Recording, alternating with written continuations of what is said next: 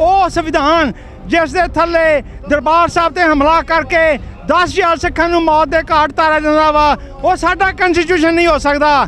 ਉਹ ਕੰਸਟੀਟਿਊਸ਼ਨ ਜਿਸ ਦੇ ਥੱਲੇ ਸਿੱਖ ਬੀਬੀਆਂ ਦੇ ਬਲਾਤਕਾਰ ਕੀਤੇ ਜਾਂਦੇ ਨੇ ਔਰ ਉਹਨਾਂ ਨੂੰ ਇਨਸਾਫ ਨਹੀਂ ਮਿਲਦਾ, ਉਹ ਸਾਡਾ ਕੰਸਟੀਟਿਊਸ਼ਨ ਨਹੀਂ ਹੋ ਸਕਦਾ। ਜਿਹੜਾ ਕਿ ਸਾਡੇ ਧਰਮ ਨੂੰ ਮਾਨਤਾ ਨਹੀਂ ਦਿੰਦਾ, ਉਹ ਸਾਡਾ ਕੰਸਟੀਟਿਊਸ਼ਨ ਨਹੀਂ ਹੋ ਸਕਦਾ। ਉਹ ਕੰਸਟੀਟਿਊਸ਼ਨ ਜਿੱਥੇ ਸਿੱਖਾਂ ਦੀ ਤੇ ਜਿਹੜੇ ਕਿਸਾਨ ਆ ਉਹਨਾਂ ਦੀਆਂ ਜ਼ਮੀਨਾਂ ਖੋਹੀਆਂ ਜਾ ਰਹੇ ਨੇ, ਉਹ ਸਾਡਾ ਕੰਸਟੀਟਿਊਸ਼ਨ ਨਹੀਂ ਹੋ ਸਕਦਾ। ਦੁਨੀਆ ਦੀ ਕੋਈ ਸ਼ਕਤੀ ਰੈਫਰੈਂਡਮ ਨੂੰ ਰੋਕ ਨਹੀਂ ਸਕਦੀ। ਦੁਨੀਆ ਦੀ ਕੋਈ ਤਾਕਤ ਜਿਹੜੀ ਆ ਉਹ ਪੰਜਾਬ ਦੀ ਆਜ਼ਾਦੀ ਨੂੰ ਰੋਕ ਨਹੀਂ ਸਕਦੀ। ਵਾਹਿਗੁਰੂ ਜੀ ਕਾ ਖਾਲਸਾ, ਵਾਹਿਗੁਰੂ ਜੀ ਕੀ ਫਤਿਹ। ਅੱਜ ਇੱਥੇ ਨਿਊਯਾਰਕ ਸ਼ਹਿਰ ਵਿੱਚ ਕੌਂਸਲਰ ਜਨਰਲ ਆਫ ਇੰਡੀਆ ਦੇ ਆਫਿਸ ਦੇ ਸਾਹਮਣੇ ਸਿੱਖ ਸਾਰੇ ਨਾਰਥ ਈਸਟ ਦੇ ਸੂਬਿਆਂ ਤੋਂ, ਸਾਰੇ ਨਾਰਥ ਈਸਟ ਤੋਂ ਪਹੁੰਚੇ ਹੋਏ ਹਨ ਤੇ ਖਾਲਿਸਤਾਨ ਦੀ ਮੰਗ ਕਰ ਰਹੇ ਹਨ। Punjab demands independence from India. India got independence in 1947. However, the shackles of slavery were transferred from the British to India.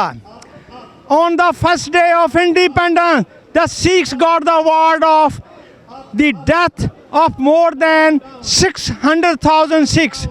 600,000 Sikhs lost their lives on the first day of independence of India. And what happened after that? There's a continuous genocide. There's a continuous persecution of Sikhs. And we are demanding Khalistan. That constitution, ਉਹ ਸੰਵਿਧਾਨ ਜਿਸ ਦੇ ਥੱਲੇ ਦਰਬਾਰ ਸਾਹਿਬ ਤੇ ਹਮਲਾ ਕਰਕੇ 10,000 ਸਿੱਖਾਂ ਨੂੰ ਮੌਤ ਦੇ ਘਾਟ ਉਤਾਰਿਆ ਜਾਂਦਾ ਵਾ, ਉਹ ਸਾਡਾ ਕੰਸਟੀਟਿਊਸ਼ਨ ਨਹੀਂ ਹੋ ਸਕਦਾ। ਉਹ ਕੰਸਟੀਟਿਊਸ਼ਨ ਜਿਸ ਦੇ ਥੱਲੇ ਸਿੱਖ ਬੀਬੀਆਂ ਦੇ ਬਲਾਤਕਾਰ ਕੀਤੇ ਜਾਂਦੇ ਨੇ ਔਰ ਉਹਨਾਂ ਨੂੰ ਇਨਸਾਫ ਨਹੀਂ ਮਿਲਦਾ, ਉਹ ਸਾਡਾ ਕੰਸਟੀਟਿਊਸ਼ਨ ਨਹੀਂ ਹੋ ਸਕਦਾ।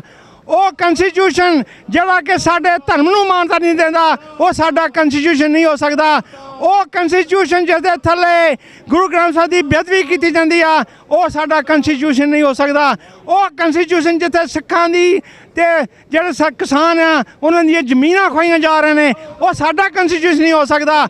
ਉਹ ਕੰਸਟੀਟਿਊਸ਼ਨ ਜਿਹੜਾ ਕਿ ਪੰਜਾਬ ਦੇ ਕੁਦਰਤੀ ਸੋਮਿਆਂ ਦੀ ਲੁੱਟ ਸੁੱਟ ਕਰ ਰਿਹਾ ਵਾ, ਸਾਡਾ ਕੰਸਟੀਟਿਊਸ਼ਨ ਨਹੀਂ ਹੋ ਸਕਦਾ।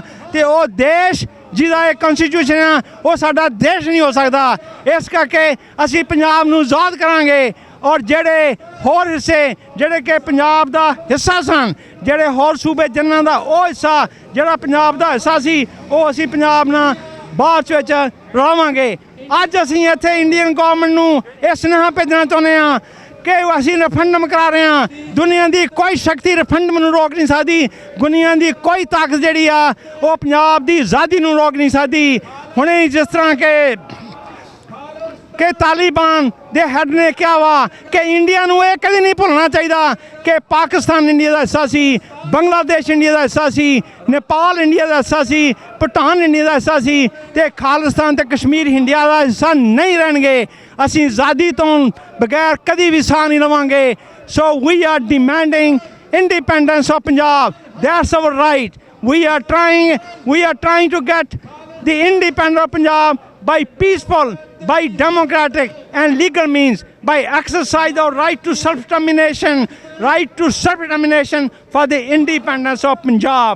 ਪੰਜਾਬੀਓ ਆਓ ਆਪਾਂ ਸਾਰੇ ਇਕੱਠੇ ਹੋ ਕੇ ਪੰਜਾਬ ਇੰਡੀਪੈਂਡੈਂਸ ਦੀਆਂ ਵੋਟਾਂ ਬਣਾ ਕੇ, ਪੰਜਾਬ ਇੰਡੀਪੈਂਡੈਂਸ ਦੀਆਂ ਵੋਟਾਂ ਪਾ ਕੇ ਆਪਾਂ ਪੰਜਾਬ ਨੂੰ ਆਜ਼ਾਦ ਕਰਾਈਏ।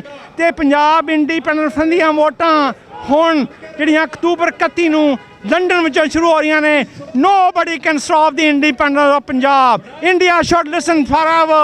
That India should quit Punjab. Otherwise we shall get Punjab and nobody, no power in the world can stop it. Bole so nihal. Sat Sri Akal.